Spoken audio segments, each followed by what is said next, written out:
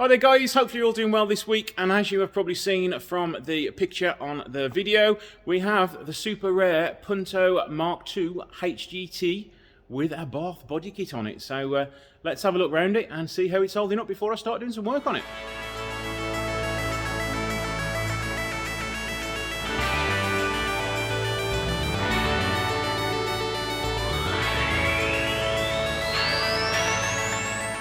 Now let's go over the bodywork with a fine-tooth comb just to see what the condition's like. And as it's the, I think is it Zoom Yellow? I can't remember what they called it, but I think it might be. I'm sure I can correct myself in the comments right now. We have a dent on the front wing there. It just needs like a dent guy to come and get that out. Some chips on the inside of the door. Some yellow, well, I'd say yellowing. Some fading on the wing mirror, which is, you know, understandable. Body kit looks in great condition. A few dinks and dents on the doors, which again a dent man would be able to get out. You should be able to make those out on camera. Another one up the corner here, or is that just my dirty marks? Nope, they are dents there. A little bit of a crease on the door here where it sort of hit a wall or something quite hard. Standard wheels, they're in really good condition. Not going to spend much time on those. A little bit of yellowing, I say yellowing again, a little bit of fading on the spoiler. Rear lights are not cracked, faded or hazing. Rear badge is still really nice and bright. I think that Fiat one's been painted up or something, because that isn't quite in line on the F anyway.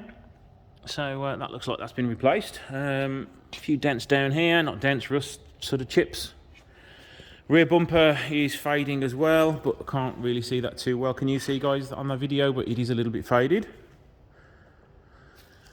Roof isn't faded. The paint looks in reasonable condition on the roof.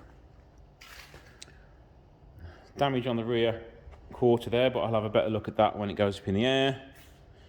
The Bath side skirt is also in good condition. I did think when these first came out, this wing mirror styling is very weird. The way it just sort of pops out of the door and there's a vast amount of bare metal around it. But you know, it's one of the naughty styling cues. And it's got a nice set of angel headlights at the front. I actually quite like those. I think they do improve the look of the car, especially with the Bath styling kit on it. Dent on the front bumper there, another one up there, stone chips at the front, but you know, general for a 22-year-old car, mighty fine condition. Let's move on to the interior now, where it has the Sparco Sport seats, which are again a super rare option. As you can see, Sparco there. Unfortunately, we have a little bit of material damage there, and some of the bolsters are starting to go a bit, but let me tell you now, they are mighty fine, comfortable seats. Door card, you know, basic, but all there. It doesn't even have any electrics in it other than a tweeter in the top corner and a speaker down below. It's got the Bath side sill covers.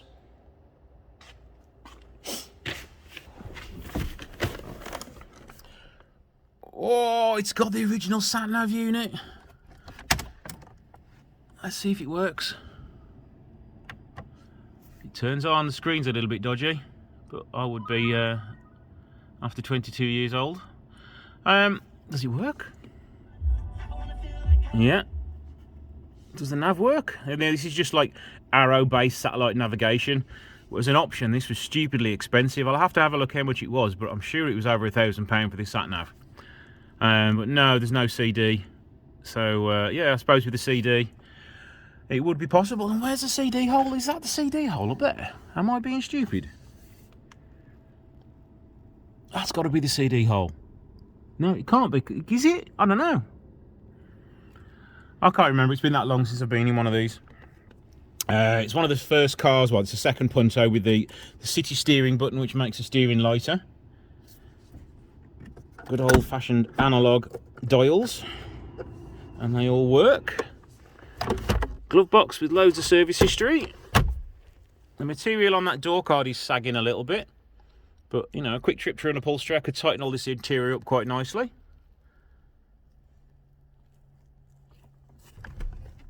It's done 94,000 miles. Let's have a start of it and see how it goes. The battery is a bit dodgy, so it does turn over a little bit slow.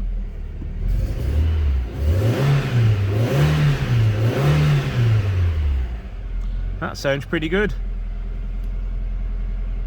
Let's take a look under the old bonnet now. Let's just check for rust first, because these are a big culprit for rust. A little bit of rust down there below the coolant bottle at the front there. Front slam panel is nigh on, yeah, rust free, I'd say. Suspension turrets don't have anything there at all. That's just a bit of loose stuff. A little bit of rust starting to come through there, but it's very, very tiny. Battery tray has some rust on it, but that's really common and easy to sort. That's a dead leaf down there. Let's have a look at the engine now.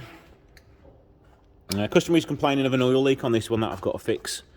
But I can see, if you see down there at that bottom bolt hole, looks like there's some oil leaking out of that, which says to me it might be one of the seals on top of the camshafts. But he's also having a cam belt and a variator today, so I can have a look at that. Everything else appears to be in order. Even the radiator looks in really good condition. It's had a new horn at some point because that looks brand new.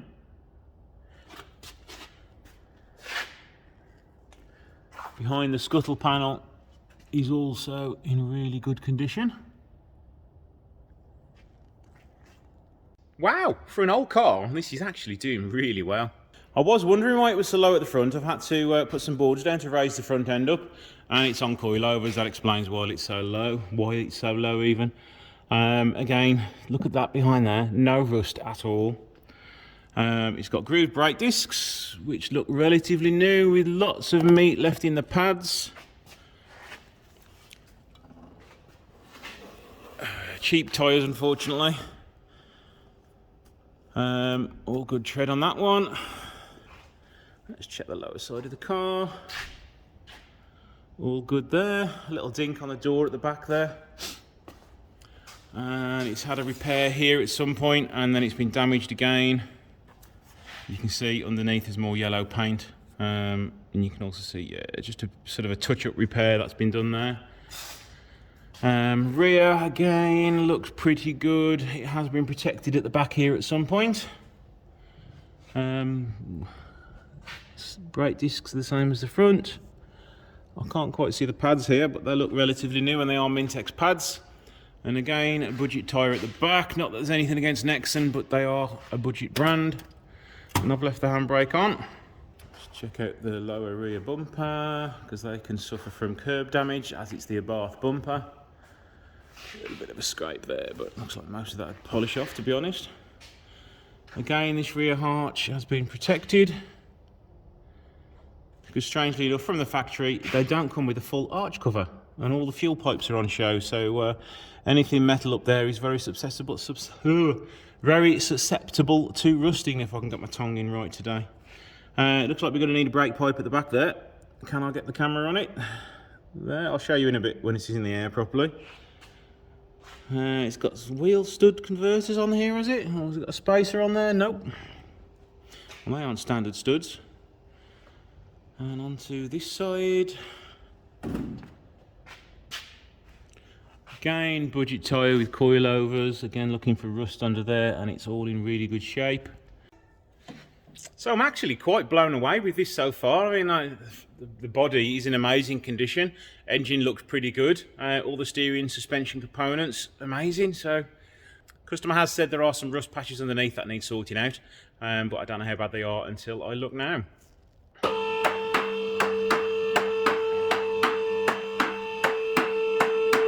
Right, let's start at the back, which is my favourite place to start. We do have some rust, unfortunately.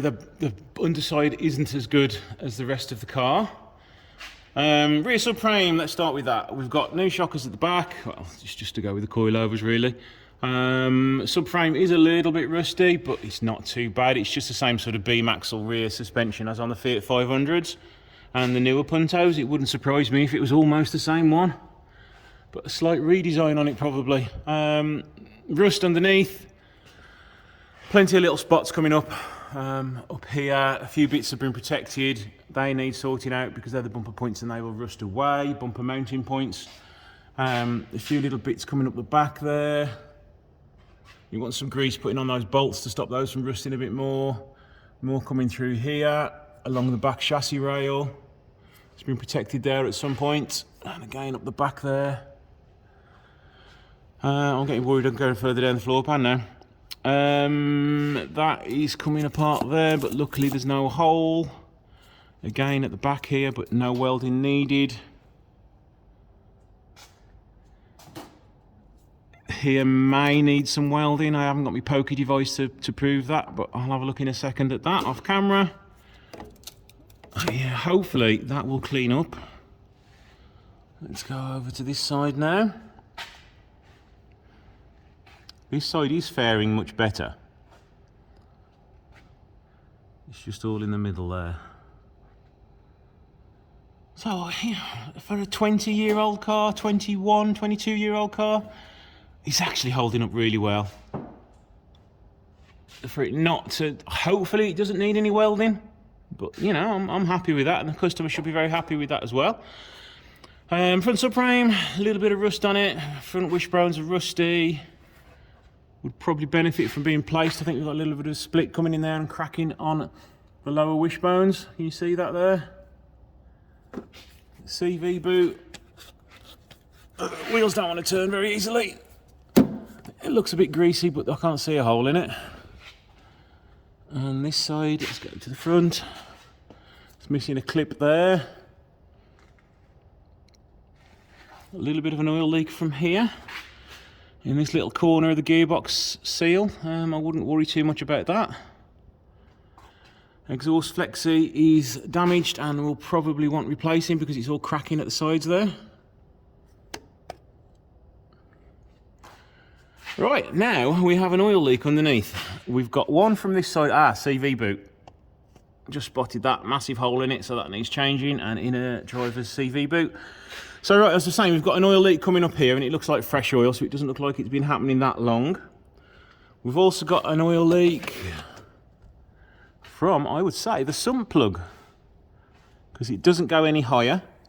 There's a little bit of juiciness in there, but I can't see anything leaking down.